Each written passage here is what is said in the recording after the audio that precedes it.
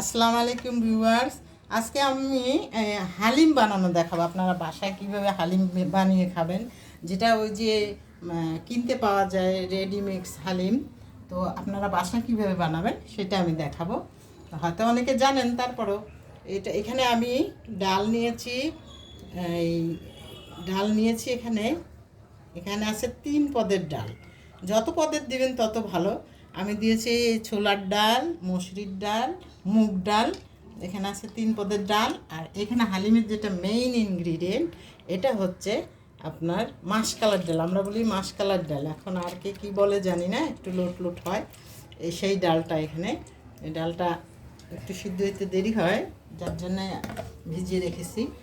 আর এখানে আছে এটা হলো গম।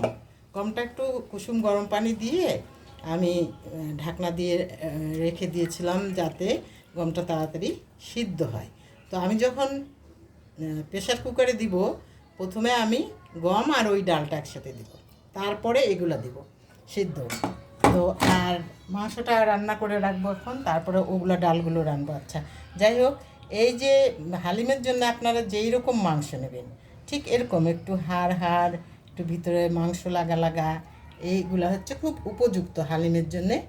এই ধরনের মাংস খুব উপযুক্ত। এই রকম মাংস হালিমের জন্য নেবেন। তো ঠিক আছে, আমি আবার যখন করব তখন এগুলো আবার দেখাবো, চুলায় যখন দিব তখন।